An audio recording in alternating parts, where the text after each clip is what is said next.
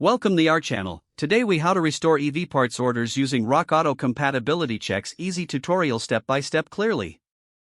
To restore EV parts orders using RockAuto compatibility checks, begin by opening your web browser. Navigate to the RockAuto website. Once on the home page, locate the search bar at the top of the page.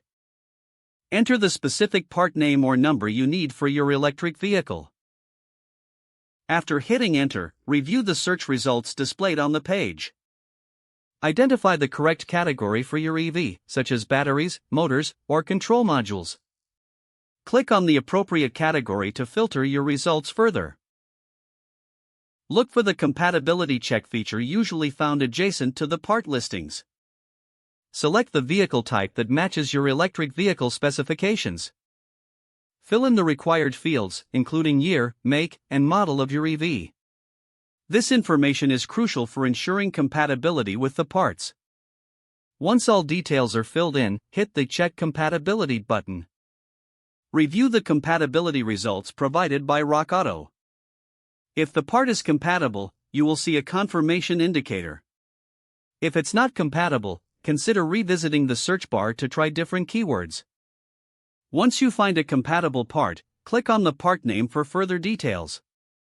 Examine the pricing, shipping options, and any available warranties. Add the part to your shopping cart by clicking on the Add to Cart button. You can continue shopping or proceed to checkout based on your needs. When ready to finalize your order, click on your cart to review the selected items. Ensure all items listed are correct before proceeding.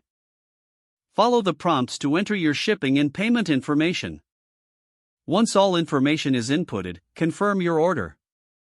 You will receive an email confirmation shortly after.